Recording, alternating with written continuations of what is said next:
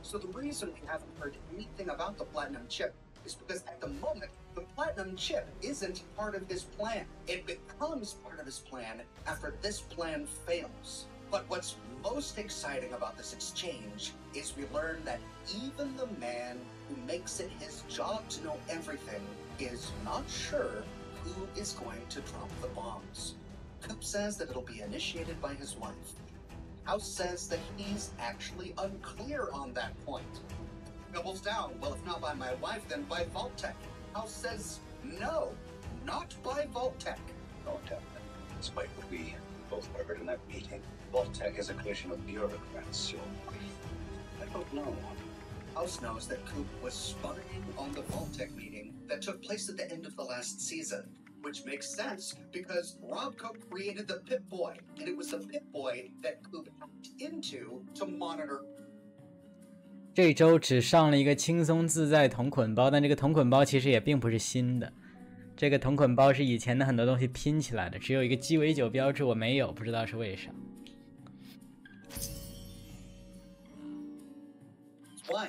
If anyone would know that the security of her Pip-Boy was compromised, it would be Robert House. He says that Vault-Tec won't drop the bombs because they're just a collection of bureaucrats. But he admits that he doesn't really know yet what Barb Howard's motives are. He then goes on to say that all of his calculations predicted the date that the bombs would drop. April 14th, 2065 at 5:17 a.m. A date that has personal meaning for Cooper Howard. That's my daughter's birthday. The moment Cooper Howard's daughter was born, the fate of the world was sealed. However, the world was supposed to end on her birthday, but clearly it didn't. Ever since her birth, the date has been changing. House has been sitting here watching all of his technology predict the date of the nuclear apocalypse, and it changes whenever something in Cooper Howard's life changes. He goes on to say that Barb was supposed to come here alone, to represent Vault-Tec alone. But when Coop purchased his plane ticket to accompany his wife, his computer models pushed forward the date of the apocalypse by an entire month, which has deeply unnerved him. How can one man's family, alter the destiny of the world? To him, Cooper Howard is an unknown variable. I don't know yet how you figure it out. This is what he wants to know. I don't like unknown variables. Howard confesses that yes, he was here to kill House, because the person who sent him thinks that House is going to give Vault-Tec the bombs they need to destroy the world. And House dismisses it outright. No, he's not going to give Vault-Tec those bombs. No, he's not going to drop the bombs himself. Someone else will. A third party. The bombs will not be dropped by me or any of the idiots at that meeting. I believe there is another player at the table. The same unknown entity responsible for the demon in the snow. The same entity responsible for the Death Claw. But who? Who is this entity? I don't know. He doesn't know, but we do. Who had labs all over the continental United States before the bombs dropped where they experimented on creatures and ultimately created the Death Claw? Who formed a shadow government before the bombs dropped with the express purpose of taking over the government after a worldwide nuclear holocaust? Who attended the meeting at Vault-Tec headquarters that apparently Barb Howard reported to? Who ultimately got their hands on cold fusion? The Enclave. But House, for all his brilliance, doesn't know about the Enclave yet. First, House puts on a helmet, and it's a helmet that we recognize. It's the same helmet that he was wearing during the events of Fallout New Vegas. If we go into his sealed chamber in the if we unseal his stasis pod and expose the biological remains of House to the elements, we see him alive, and we see him wearing this very same helmet. It's what he uses to control the Lucky 38 and all of its secure drone robots. It's what he uses to observe what every person wearing a suit of power armor observes. It's what he uses to sift through all the information that he gets from terminals all over the world. It's what he uses to know everything. That's why the House always wins. But his great fear now is... What if I'm not the House? What if someone else is? But Coop, overwhelmed with everything that he's learning, just dismisses House as being a lunatic. And this enrages House. How can Coop be so dismissive about everything that he's revealed to him? Everything that House knows about his family, about the end of the world. Coop can't take this anymore. He just walks away, but House is on board. He's furious, and he's scared. He's not the one who's gonna end the world. He's afraid of whomever it is who is gonna end the world. And the fact that he doesn't know who that is terrifies him. Why is it that Cooper Howard's family is always the family that moves the date of the end of the world? He posits the idea that maybe Cooper himself is the one who drops the bomb somehow. Who ends the world? Whatever it is you, I think you're... This was not the way it was supposed to be. Cooper was supposed to come here to stop the end of the world, to stop a killer, not to be accused of being one. Overwhelmed with everything that he's just learned, he immediately seeks comfort in alcohol. And as wonderful as this entire segment has been, I think this part was a little too on the nose. They start intermixing snapshots of the ghoul drinking and then Coop drinking, letting us know that he's always had this problem. But I think we could have deduced that Coop arrives on the bottom floor and immediately starts chugging every drink he can find. Martinis, whiskey, mixed drinks. He gets drunk off his ass and then convinced by a fan to ride a mechanical bomb. Which is a wonderful reference to Stanley Kubrick and his movie Dr. Strangelove, or How I Learned to Stop Worrying and Love the Bomb, imitating the iconic scene where Major TK King Kong rides a bomb as it dives to destroy the world. Coop has made a fool of himself when the press was there. People were taking photos. He falls off the mechanical bomb, and his wife Barb rescues him. As he comes to his senses in their hotel room, he looks his wife in the eyes and says, it's time he and his wife are on the same page. Fast forward 200 years, and the Vault-Tec employees from Vault 31 arrive at Vault-Tec headquarters in California. The same Vault-Tec headquarters where Barb Howard worked before the bombs dropped. The same place where all of these Vault 31 residents worked before the bombs dropped. They enter, and some of the Vault dwellers even recognize the receptionist. It's Janice. Oh, still at her desk. Jeez. She always was a kiss ass. But Norm, of course, being perceptive, notices the blood on the wall. They hear a noise from the other side of the glass. And then get held up at gunpoint by survivors from Philly. More Vault dwellers. What do you mean, more Vault dwellers? They put their guns down. The noise coming from the other side of the door was a roach farm. We learned that the bomb is still Philly to the ground. So you met my sister? Yeah, back in Philly, before the Brotherhood of Steel burnt it down. Scattering its residents to the wastes. Ma takes Norm aside and confirms that she did meet Lucy. But she tells him that Lucy is dead. However, Norm doesn't believe it, and she doesn't have any evidence that Lucy is dead. We learn from her that Moldaver and the NCR, during Season 1, were remnants of the NCR who worked in town when he destroyed it, and that they survived in Great Khan territory. Bit too slim odds. What would it be in Khan country? She encourages Norm and the Vault dwellers to just go back to their home. Before she leaves, she tells them they can take whatever they want, as long as they leave the roach farm alone. They use the Maryland. I'm trying to be a better person. Instead, the Vault dwellers continue to explore the But Ronnie has completely taken charge. He and some of the other Vault dwellers trying to turn on the radio, but it's not working. Norm asks them who they're trying to contact. The investors. The investors. If these guys from Vault-Tec were trying to use the radio to contact Vault-Tec's investors, have been trying to do the same. Episode 1 clearly wanted to give us the impression that it was trying to top the house. That was before they revealed in this episode that House was never going to block the world. Now they tell us that the people on the other side of this radio are the investors. That, I think, is who Hank was really trying to reach out to on the radio. He wanted to complete their experiment in order to finally earn his promotion. Who were the investors? Of course, we don't know yet, but I think we can hazard a guess. One faction most interested in the end of the world. The Norm sees that this woman is still having a hard time. As we learned in the last episode, she hadn't been a Vault-Tec employee for very long, so she hadn't been fully brainwashed by him. She's still overwhelmed by the end of the world and coming to terms with it. And Norm is the only person who seems to be showing her any level of compassion. From her, Norm tries to learn more about something Ronnie said in the last episode. Future Enterprise Ventures. The whole plan for calls 32 and 33. Did you report in about Future Enterprise Ventures? Future Enterprise Ventures. It's something she doesn't know much about, but she knows that there was an executive working here named Ronnie. She knows Future Enterprise Ventures and she leads Norm to the office. Her terminal still works, and Norm finds one again. While he's working on that, they get to chatting. She deduces that Norm was never placed in charge of Bud's experiment, but was watching them. He overheard their conversation.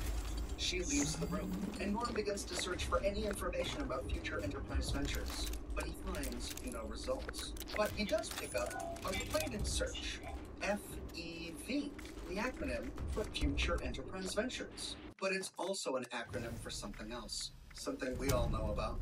Something that has been a driving force in the Fallout franchise ever since the very first game. The Forced Evolutionary Virus.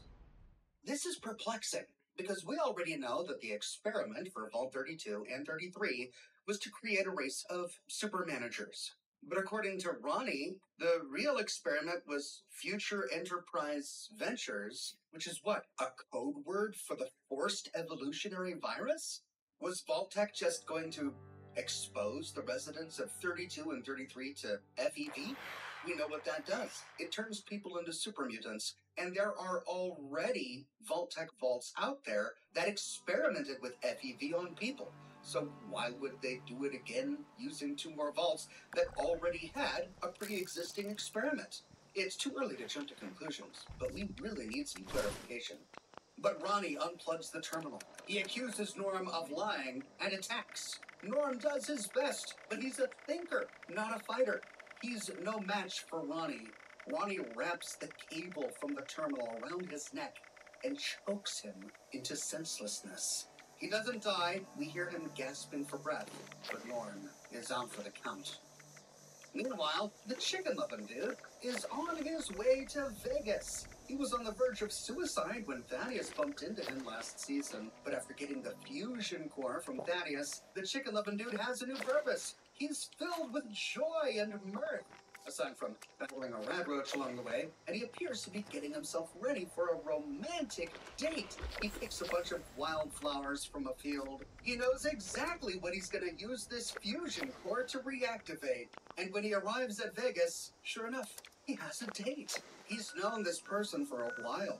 He apologizes for, loving chickens since they've been apart. Can't begrudge a man for filling the void. And then the camera pans to his lover, and it's none other.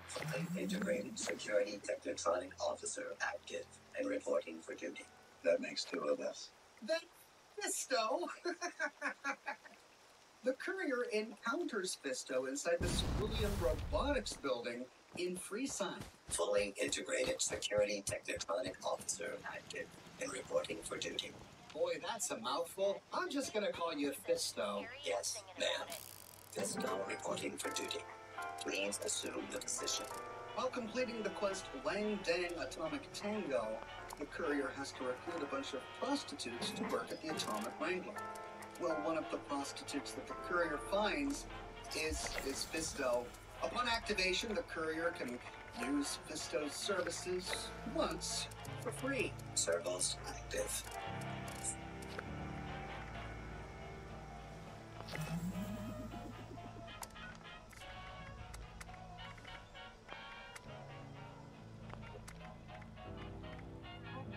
It costs 10 caps, the Atomic Wrangler. But just as this guy is about to rekindle a romance with Fisto, Nick McLean appears out of nowhere. But the chicken-loving dude is unabashed. He is alright with a bit of voyeurism and tells Hank to go watch behind her thrum. Of course, that's not why Hank is here. Well, Knocks him out of the robot and brings him back to his Vault-Tec lair. As he passes the cryogenic repository, the camera pans over a couple of cryogenic pods. And these are If you labeled have Barbara supplies Howard to and trade, Jane I can be Howard. of So service. this really was the same vault for managers that Barb and Janie were taken to. However, we don't know if they were ever taken here, or if they're still here. The glass covers of these pods are completely frosted. They're opaque. We can't see in. However, if we look Requisitions closely at now Barb's, available. we do kinda see something through the glass. But it doesn't really look like the shape of a body. I see a couple of circles. They almost look like frag mines.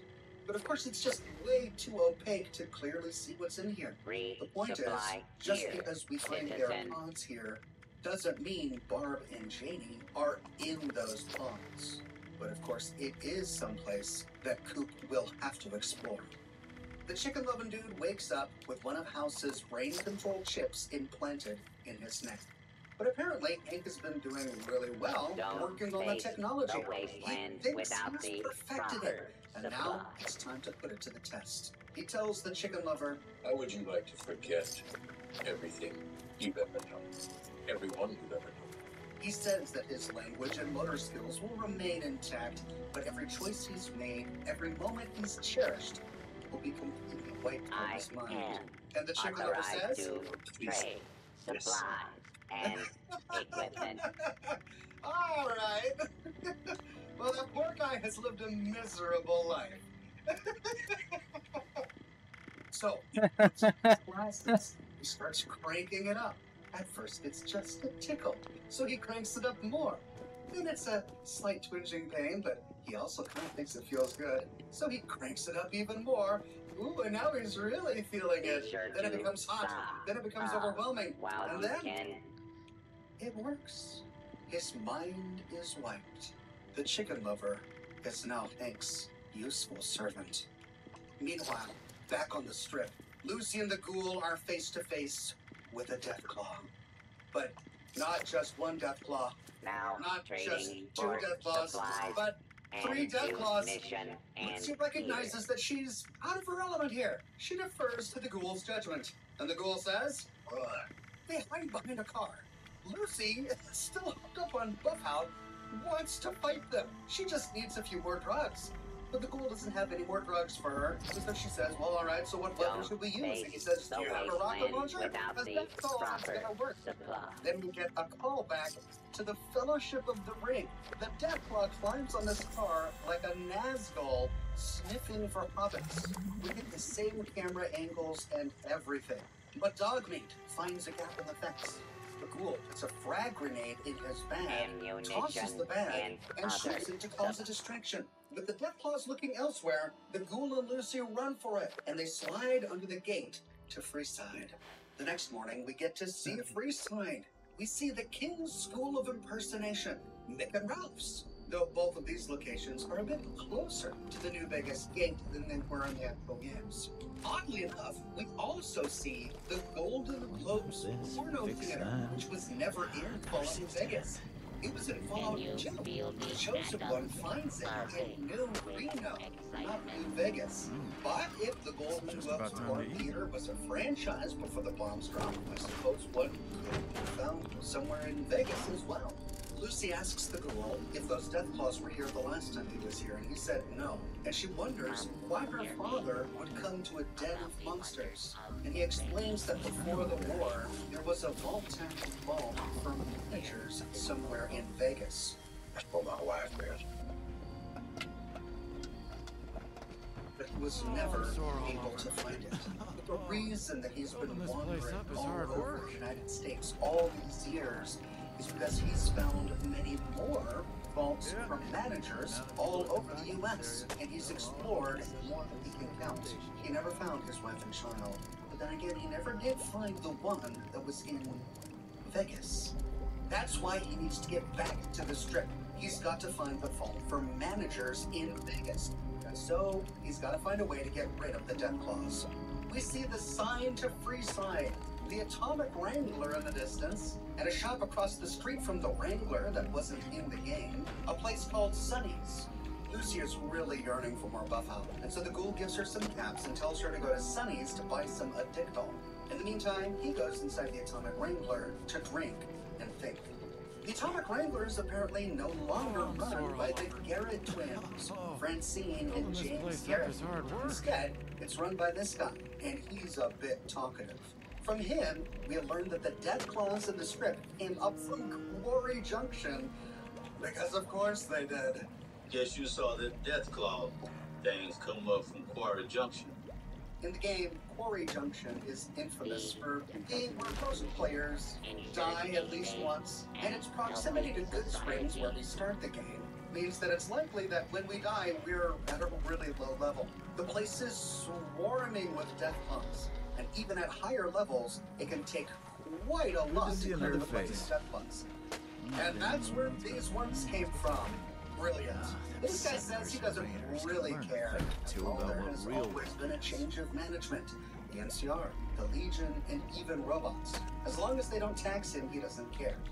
Which is a little odd because though the Legion did invade the Mojave, they never got as far as Vegas. House always kept it protected. So I suppose we have to conclude that after the events of the game, with the NCR destabilized, the Legion spread deeper into the Mojave region, maybe even getting into Freeside, before being pushed out by House's secure drones.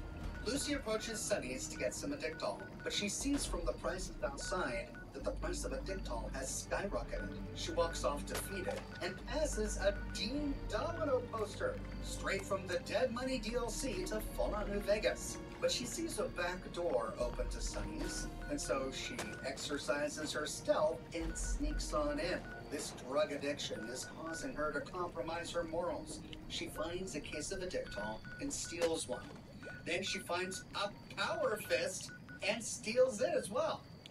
The shop owner comes down and startles her, and so she tries to sneak out. But as she leaves, she passes a body stuffed in a barrel. She realizes that this shop owner isn't the original shop owner. The body in the barrel is naked, and this shop owner is way too large for the clothes that he's wearing. And when the shop owner grabs a gun on the wall to shoot her, she takes him out first with a .32 caliber.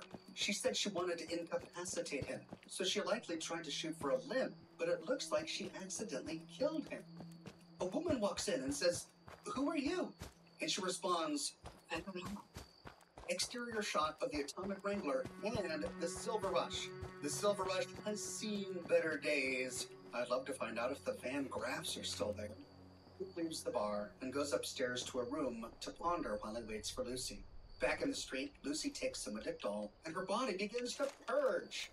Feeling better, she enters the Atomic Wrangler and heads to the ghoul's room. But feeling a bit sick again, she races to a window and vomits outside. The ghoul approaches the window, tries to comfort her. He helps her sit down, showing a slice of Lucy before. There's someone else in the room, none other than the chicken lover. Through this guy, Hank threatens the ghoul. He has found Barb and Jerry's final points. If the ghoul doesn't take Lucy back to Vault 33, he's gonna cut the power to those pods. It's a process. This is exactly what the Institute did to the cryopods in Vault 111. The cryopods do have to be manually. 我在一边看 Oxford 的辐射电视剧解析，一边玩玩日常。 The occupants die, which is why the sole survivor found everyone around him dead. 没有什么比这更舒服的了。一边喝着可乐，哎。 His own cryopod. Hank is putting some plans in motion. wants to make sure that Lucy will stay safe in her vault before he activates those plans. Lucy looks straight at the ghoul and says you can't possibly be considering this.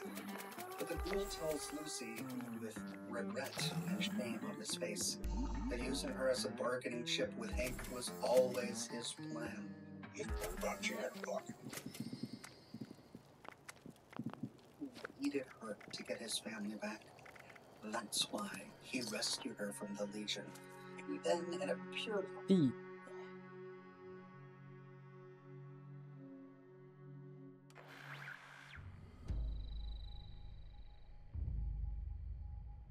今天不周四吗？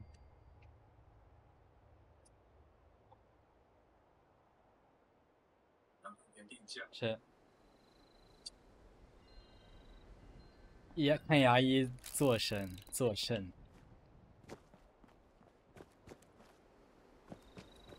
哎，我下周4就要去叫什么智齿预诊，然后他会决定。医生会决定拔几颗、怎么拔之类的问题。但是我看了一下去年的片子，和今年的片子没有任何变化，那个牙也没有再长。它真的还会再长吗？如果它不再长的话，也不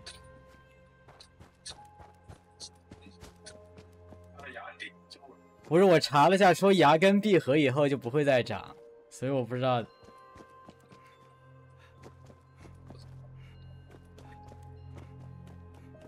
不是我不怕拔牙，我就怕恢复期。我靠，因为我查了，是有的人说恢复期甚至连肿都没肿，那有的人说10几天了还在疼，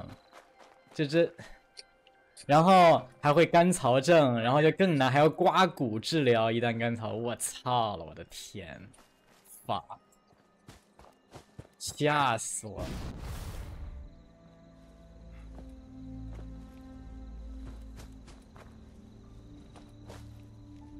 而且主要是之后10几天都没法正常吃饭，没法正常见人，这时间也是个问题。什么时候拔呢？那脸肿的，这也是因人而异，但有些人脸肿的都已经毁容级别的肿，脸都方了变。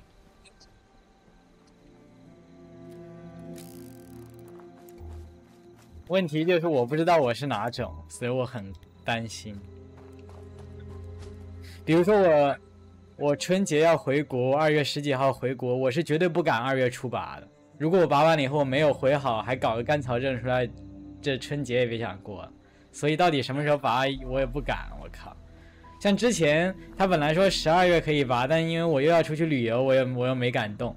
然后他说下次预约，那你要明年预约就只能1月22号做预诊。1月22做完预诊最早2月，那我又不能拔。那我还是要一周往后推，其实我真不敢。所以理想情况下是1周就完全好，但是也不是没有完全好的情况，那我整个假期就毁了。如果没有完全好，我不想冒这个风险。我起码要等到就是几个月没有任何事情，几个月我不会旅行，没有任何事情，没有任何假期的情况下，否则我心里我就不敢去。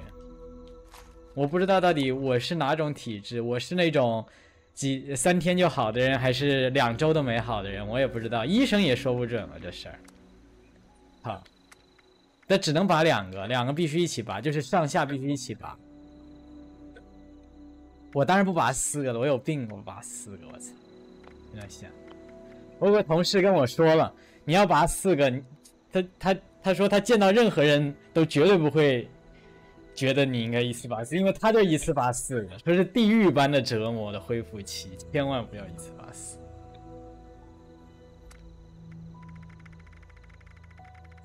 问题到时候吃什么也是个问题，不只是这个，你吃什么东西都会有食物残渣进那个洞里面，进那个洞里你要用那种冲牙器冲，但是冲牙器冲，如果你掌握不好的话，你会把你的血凝块冲出来，你血凝块冲出来你就干草症。但是你不能不冲，因为不冲会发。所以我操，那什么意思？那我怎么知道怎么冲才是正确的，才不会把血凝块弄掉，还能冲干净 ？What the fuck？这我怎么能知道？那我冲不那怎么又确那他又怎么确保冲干净呢？不能吐口水，不能吐口水，特别说了，牙医说了，这个牙医都跟我说了，不能吐，你只能咽，你不能吐口水。恢复的时候不能吐东西，吐东西是最容易把那个，不是，我也不知道那个是什么情况，他也没跟我说，他就说你不能吐东西，那这又怎么办啊？我靠 ，What the fuck？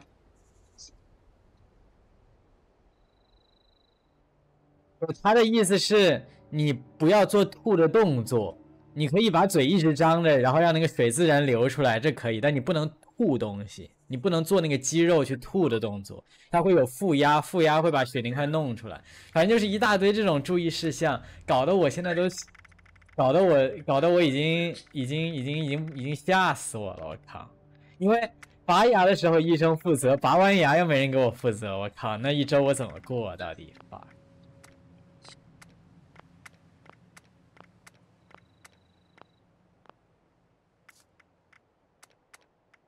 我的老天，能不能让我住院？我直接，我靠，我不想自己搞，因为我真怕了，我真希望能住院，就是医院给你配哪天吃什么，然后医生给你每天用冲牙器，保证不会出任何问题。我愿意付钱住院，我说实话，我不想自己搞。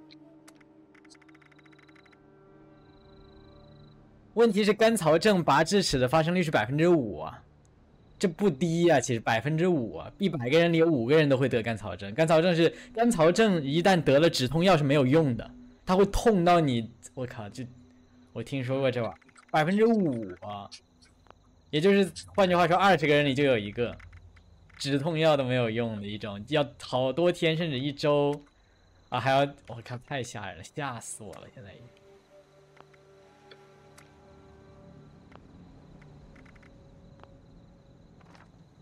20个人里有1个是19个人都没事，但谁知道你是不是那1个呢？那一般痛也无所谓，是吧？止痛药也行，干槽症止痛药没用，我靠！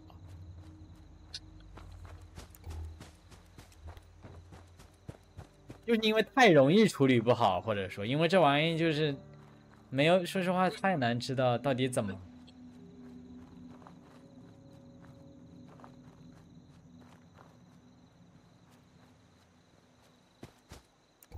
但是如果你愈合了，但是这几天你吃东西你没有把那个地方清理干净，后面还会发炎。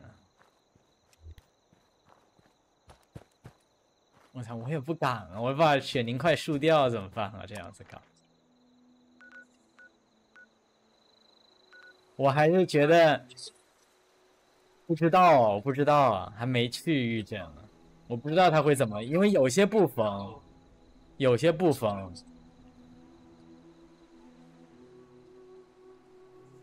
那我也不知道他会不会缝啊，问题是。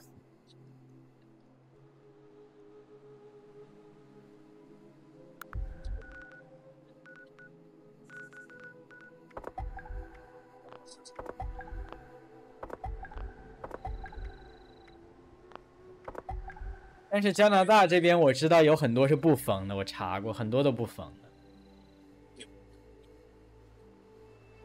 我没有时间回国，我说弹幕，我没有假期回国，我不可能用5天假期回国拔个智齿，然后连吃都不能吃，我靠，我1年就15天假，我不可能去浪费个5天回国在那治病。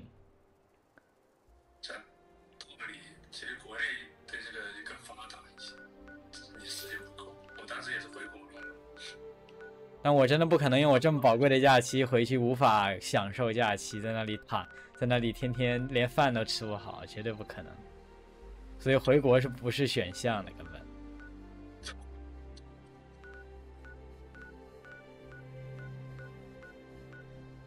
找什么样烂吃？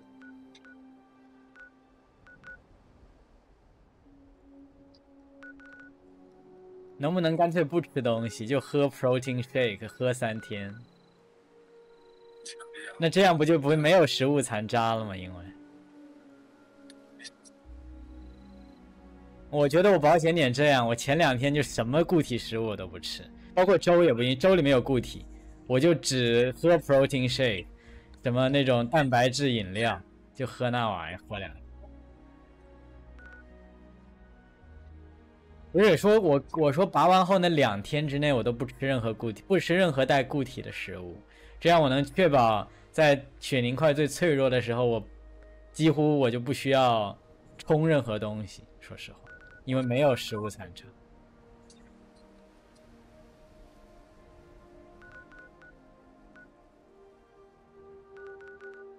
3天以后可以吃点土豆泥这种东西。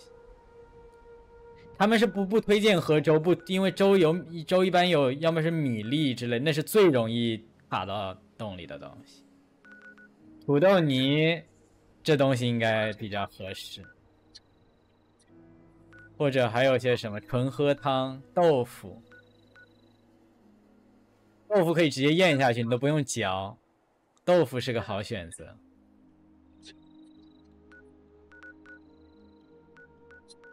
哎，但是说实话，反正1月底去预诊，如果他没法立刻就拔的话，我也不会拔，我肯定要等到我回国，我从国内回来，过完春节我才可能去拔。